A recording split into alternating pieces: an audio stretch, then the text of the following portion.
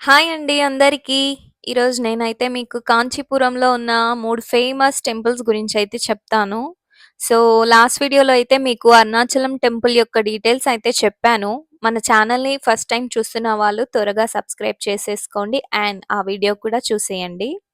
So, ఆ video continuation ట్రిప్‌గా అయితే next మేము అరుణాచలం టు కంచి అయితే వెళ్ళాము. So, Arunachalam to Kanchi around 120 kilometres అయితే ఉంటుందండి. సో, మీరు బస్ ఆర్ కార్‌లో వెళ్తే 2 ½ అవర్స్ టు 3 అవర్స్ మధ్యలో అయితే రీచ్ అవ్వచ్చు. సో, కంచి రీచ్ అయ్యాక మేమక్కడ టీసీఎస్ రెసిడెన్సీలో అయితే స్టే చేశాము. సో, ఆ హోటల్ డీటెయిల్స్ అయితే డిస్క్రిప్షన్‌లో పెడతాను. చూసేయండి. సో, ఫస్టొచ్చేసి విష్ణు కంచి టెంపుల్ అండి. సో, దీనినే వరదరాజ పెరుమాళ్ టెంపుల్ అని కూడా అంటారనమాట. సో, ఈ టెంపుల్‌కైతే మేమొక 10 మినిట్స్‌లో అయితే రీచ్ అయ్యామండి ఆ హోటల్ నుంచి. సో, ఈ టెంపుల్ కూడా చోళుల కాలంలో కన్‌స్ట్రక్షన్ చేశారు. సో, ఇక్కడ ప్రత్యేకత ఏమిటంటే వరదరాజ స్వామి విగ్రహం అన్నమాట. సో, అండ్ ఇంకొకటేంటంటే ఇక్కడ గోల్డెన్ లిజర్డ్, సిల్వర్ లిజర్డ్స్ కూడా ఉంటాయన్నమాట. అదే మన బంగారు బల్లి, వెండి బల్లి. సో, వీటినైతే తాకినట్టయితే మనకెలాంటి దోషాలున్నా పోతాయని చెప్పేసి ఇక్కడైతే ట్రస్ట్ చేస్తారు. సో, ఈ టెంపుల్‌లో కూడా మొబైల్స్ అయితే అలో ఉంది. ఎలాంటి రిస్ట్రిక్షన్ లేదు.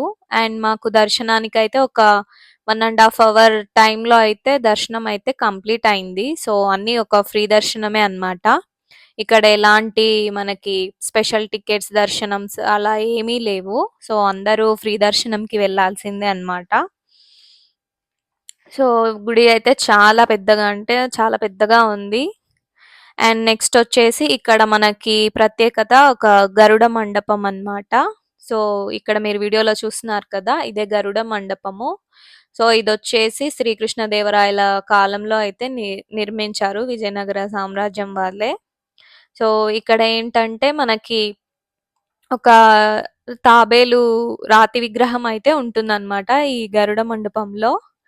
అది విష్ణుమూర్తికి దశావతారాలలో కూర్మావతారం ఒకటుంటుంది గదండీ! సో, దానికి ప్రతీకగా తాబేలు విగ్రహాన్నయితే మీరిక్కడైతే చూసేయొచ్చు. అండ్ దీని బ్యాక్ సైడ్ అయితే మనకొక కొలను కూడా ఉంటుంది.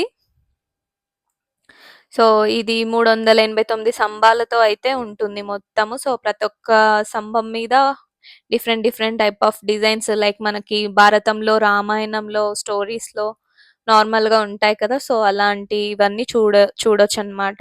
సో, నెక్స్ట్ ఈ టెంపుల్ నుంచి మేమైతే శివకంచి టెంపుల్‌కైతే రీచ్ అయ్యామండి. సో, శివకంచి టెంపుల్‌ని ఏకాంబరేశ్వర స్వామి ఆలయం అని కూడా అంటారనమాట. సో, ఇది విష్ణు కంచి నుంచి 2.5-3 కిలోమీటర్స్ డిస్టెన్స్‌లో అయితే ఉంటుంది. సో, ఈ టెంపుల్ యొక్క గోపురం గూడా వచ్చేసి మనకి 11 అంతస్తులు అట్లా ఉంటుందన్నమాట హైట్. చాలా పెద్దది. సో, ఇక్కడ గూడా ఓన్లీ ఫ్రీ దర్శనమే అన్నమాట. మనకి స్పెషల్ దర్శనం టికెట్స్ అలా ఏమీ లేవు. అండ్ మొబైల్ ఫోన్స్ కూడా అలౌడ్ ఉంది. ఓన్లీ గర్భగుడి దగ్గర మాత్రమే ఫోన్స్ అలో లేదన్నమాట. సో, ఇక్కడైతే మేమైతే ఎళ్ళినప్పుడు చాలా క్యూ అంటే చాలా క్యూ ఉండింది. సో, నెక్స్ట్ ఆహ్, ఇందులోనే మనకి కొలను గూడా ఉంది. సేమ్ విష్ణు కంచిలో ఎలా ఉందో, శివ కంచిలో గూడా మనం కొలను అయితే చూసుకోవచ్చనమాట. సో, ఈ ప్లేస్ నుంచి నెక్స్ట్ మన మెయిన్ టెంపుల్ కంచి కామాక్షి అమ్మవారి టెంపుల్‌కైతే వెళ్ళామండి. సో, ఈ కంచి కామాక్షి అమ్మవారి టెంపుల్ అయితే శివ కంచి నుంచి 1-1.5 కిలోమీటర్ డిస్టెన్స్‌లో అయితే ఉంది. సో, ఇక్కడ గూడా దర్శనమొచ్చేసి మార్నింగ్ 5:30 నుంచి ఆఫ్టర్‌నూన్ 1 వరకు ఉంటుంది. అండ్ ఈవినింగ్ 4:00 నుంచి నైట్ 9 వరకు ఉంటుందనమాట.